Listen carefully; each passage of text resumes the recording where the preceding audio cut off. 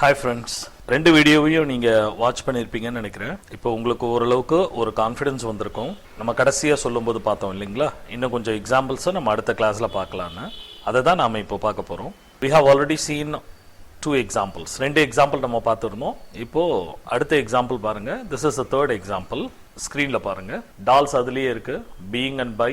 அந்த டால்ஸை ரிமூவ் பண்ணிட்டோம். சப்ஜெக்ட் அண்ட் ஆப்ஜெக்ட் நம்ம மாத்தியாச்சு. நீங்க ரிமூவ் பண்ணக்கூடிய டால்ல ஐஎன்ஜி இருந்தா அதே ஐஎன்ஜியை வேர்ப் கூட நீங்க ஐஎன்ஜியை சேர்த்துடணும். ஓகே, அதை கொஞ்சம் நம்ம நினைவுல வச்சுக்கலாம். ரிமூவ் பண்ணக்கூடிய டால்ல ஐஎன்ஜி இருந்தால் அந்த வேர்ப் கூட நம்ம ஐஎன்ஜியை நம்ம சேர்த்துக்கிறோம். Okay, now let as see the third example. இதுல பாருங்க, டால்ஸ் நமக்கு ஆர் பை, ரெண்டு டாலையும் ரிமூவ் பண்ணியாச்சு. சப்ஜெக்ட் ஆப்ஜெக்ட் மாத்தியாச்சு. நமக்கு இப்போ ஒரு டவுட் வரும். இங்க டாட் அப்படின்னு இருக்கு, இங்க டீச்சர்ஸ்னு இருக்கு. ஏன் இந்த மாற்றம்? சோ இந்த நீங்க ரிமூவ் பண்ணக்கூடிய டால் ஆமிஸ் வாஸ் ஆர்வர் பி ஃபார்ம் வேர்பாக இருந்தால் அது என்ன காலம்ன்றத பாருங்க. இங்க பாருங்க, நிகழ்காலம். சோ அதே காலத்தை நம்ம இங்க யூஸ் பண்ணணும். Okay, so you can see this. இங்க பார்க்கலாம், உங்களால பார்க்க முடியும். சோ அங்க ரிமூவ் பண்ணக்கூடிய டால் நிகழ்காலத்துல இருக்கிறதால இங்க பயன்படுத்தக்கூடிய வேர்பும் நிகழ்காலமா இருக்கணும்.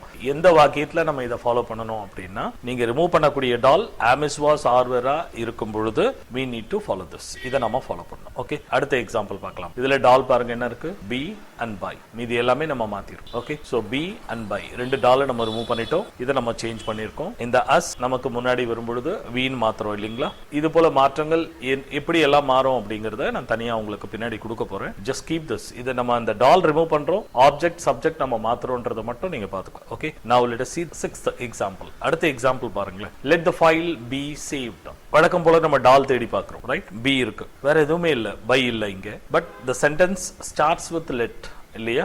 அந்த வாக்கியம் வந்து லெட்னு ஆரம்பிச்சிருக்கு. ஸோ லெட்னு ஆரம்பிக்கக்கூடிய வாக்கியத்தில் நம்ம 3 விஷயங்களை நம்ம ரிமூவ் பண்ண போகிறோம்.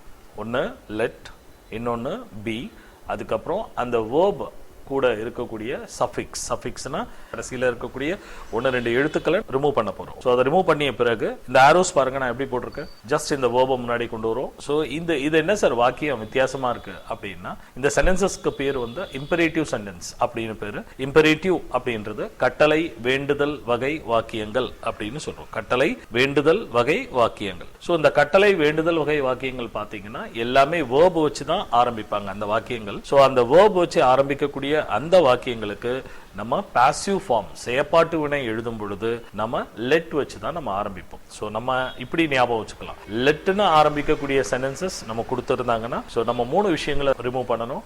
லெட், பி, தென் அந்த வேர்போட வரக்கூடிய சஃபிக்ஸ். அவ்வளவுதான். ஏன்னா எல்லா வேர்பும் பிரசன்ட்ல இருக்கணும் இல்லையா, அதனால அதை ரிமூவ் பண்ணிட்டு we are fixing it.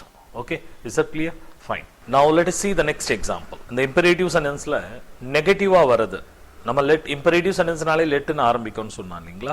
Passive வாய்ஸ்ல இம்பரேட்டிவ் சென்டென்ஸ் எல்லாமே லெட்னு ஆரம்பிக்கும். அதுல நெகட்டிவ் சென்டென்ஸா இருந்தா, ஸோ அந்த எக்ஸாம்பிள் தான் இங்க. இந்த எக்ஸாம்பிள் பாருங்க, let students not be punished அப்படின்னு இருக்கு. நம்ம ஏற்கனவே பார்த்துருக்கோம் இல்லையா, லெட் வந்தாலே 3 விஷயங்கள் நம்ம ஞாபகம் வச்சுக்கலாம், ரிமூவ் பண்ணணும்.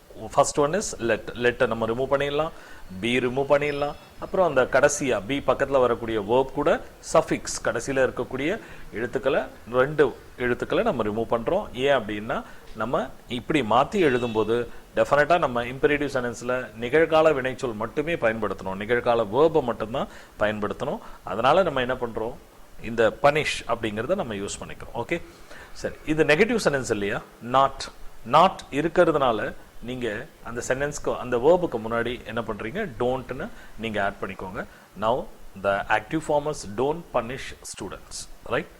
Okay, clear. ஸோ லெட்னு ஆரம்பிக்கக்கூடிய சென்டென்ஸ்ல 3 விஷயங்கள் ரிமூவ் பண்ணணும். ஒன்று லெட், இன்னொன்று பி, இன்னொன்று அது பக்கத்தில் இருக்கக்கூடிய வேர்பனுடைய சஃபிக்ஸ் கடைசியில் இருக்கக்கூடிய 1-2 எழுத்துக்களை நம்ம ரிமூவ் பண்ணுறோம். ஓகே, ஸோ அதுக்கப்புறம் அந்த வேர்பை இந்த ஆரோ வச்சு நம்ம கொண்டு வந்துடுறோம் இல்லைங்களா.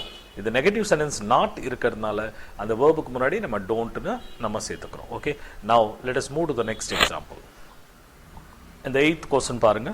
Let the children be blessed. லெட்னு ஆரம்பிச்சிருக்கு. அப்போ நமக்கு 3 விஷயங்கள். Right, what is that? லெட்டை ரிமூவ் பண்ணணும், பி ரிமூவ் பண்ணணும், ப்ளஸ் பக்கத்தில் இருக்கக்கூடிய வேர்பனுடைய சஃபிக்ஸை நம்ம ரிமூவ் பண்ணுறோம். ஏன்னா நமக்கு ப்ரெசன்ட் வேர்ப் வேணுன்றதுக்காக. Okay, so then put arrows. இதில் இருக்கிற மாதிரியே நீங்கள் போட்டுக்கலாம். ஸோ தட் நமக்கு ஆன்சர் என்ன வரும் பாருங்க, plus the children over. Right, next example. Let the mistake not be repeated. let the mistake not be repeated. Again letன்னு ஆரம்பிச்சிருக்கு. ஸோ 3 விஷயங்கள், let, be and then பக்கத்தில் இருக்கக்கூடிய வார்த்தைக்கு சஃபிக்ஸ், கடைசியில் இருக்கக்கூடிய 1-2 எழுத்துக்களை நம்ம ரிமூவ் பண்ணுறோம். ஓகே, ரிமூவ் பண்ணிட்டா நமக்கு நிகழ்காலம் கிடைக்கும். ஸோ நம்ம சென்டென்ஸ் பாருங்கள், ரிப்பீட் த மிஸ்டேக் அப்படியே எழுதிட்டோம். ஆரோ ஃபாலோ பண்ணிட்டு அப்படியே எழுதிடலாம். நாட் இருக்கு பாருங்க. ஸோ நாட் இருந்தால் டெஃபினட்டாக அந்த வேர்புக்கு முன்னாடி டோன்ட் அப்படின்னு நம்ம ஆட் பண்ணிக்கிறோம். Okay, hope you understood everything what we have seen. நம்ம பார்த்ததெல்லாம் புரிஞ்சிருக்கோம் இல்லைங்களா? அடுத்த கிளாஸில் நம்ம ஆக்டிவ்ல இருந்து பாசிவாக மாற்றுறது எப்படிங்கிறத நம்ம பார்க்கலாம். ஓகே, ஸோ நீங்கள் இதை திரும்ப திரும்ப வாட்ச் பண்ணுங்கள். You can understand it better. நல்லா தெளிவாக புரிஞ்சுக்க முடியும். புரிஞ்சுக்கிட்டு உங்களுடைய டெக்ஸ்ட் புக் அல்லது கொஸ்டின் பேப்பரில் இருக்கக்கூடிய எக்ஸாம்பிள்ஸை நீங்கள் ட்ரை பண்ணி பாருங்கள். அதையே அப்ளை பண்ணுங்கள். Use the dolls, it will do magic. All the best. Thank you. கண்டிப்பா இது உங்களுக்கு பிடிச்சிருக்கும். லைக் பண்ணுங்க, ஷேர் பண்ணுங்க,